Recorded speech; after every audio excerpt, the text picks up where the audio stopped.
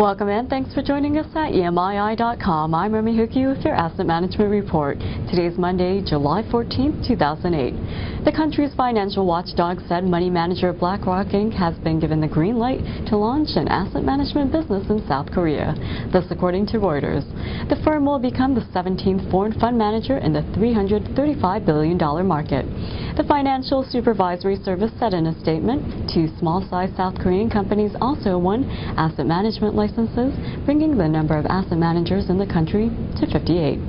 South Korea's asset management industry has been growing at a double-digit rate, lifted by retail money inflows to stock funds and as pension funds and institutional investors diversify into higher-yielding investment assets. Deregulation scheduled for February of 2009 will allow fund houses to introduce and package funds based on various assets, from commodities to derivatives. An official at the financial watchdog said AllianceBernstein and AIG have also applied for fund business licenses.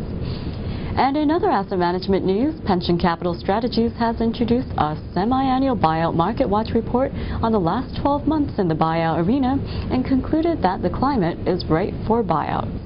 The report, which also looks at the market for the rest of the year and the long term, said prices will remain low and pensions, considering restructuring, should make a move soon. Charles Colling, a managing director at PCS, says, quote, "We have seen increased development in the buyout market over the last 12 months and its growing impact on defined benefit pension schemes.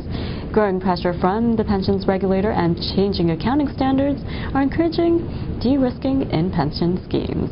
The lure of a buyout solution is tied to 4 factors: regulations, the health of the pension scheme, the extra cost beyond the accounting reserve, and market sentiment.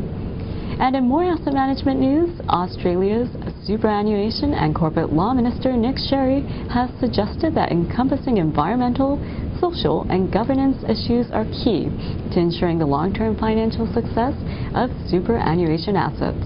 This according to Global Pensions. He urged fund trustees to include them in their investment decision-making process. And while speaking at the Goldman Sachs JW Were, a superannuation forum in Melbourne, Sherry said that trustees have been apprehensive about employing ESG factors, but urged trustees that it is part of their fiduciary responsibility. And in more asset management news, Italy's Banca Monte Paschi di Siena has entered exclusive talks to sell 66% of its asset management unit to funds FRM Holdings and Clessidra. This according to Reuters. The unit MPSAM had around 22 billion euros of assets under management as of April 30th.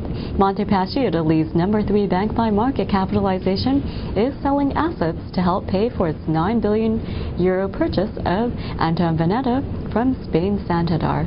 Its latest deal was the sale of a 49% stake in Banca del Monte de Parma for €191.7 million, which it announced on July 9th. It raised nearly €5 billion in a capital increase, and another €1 billion came from a convertible bond.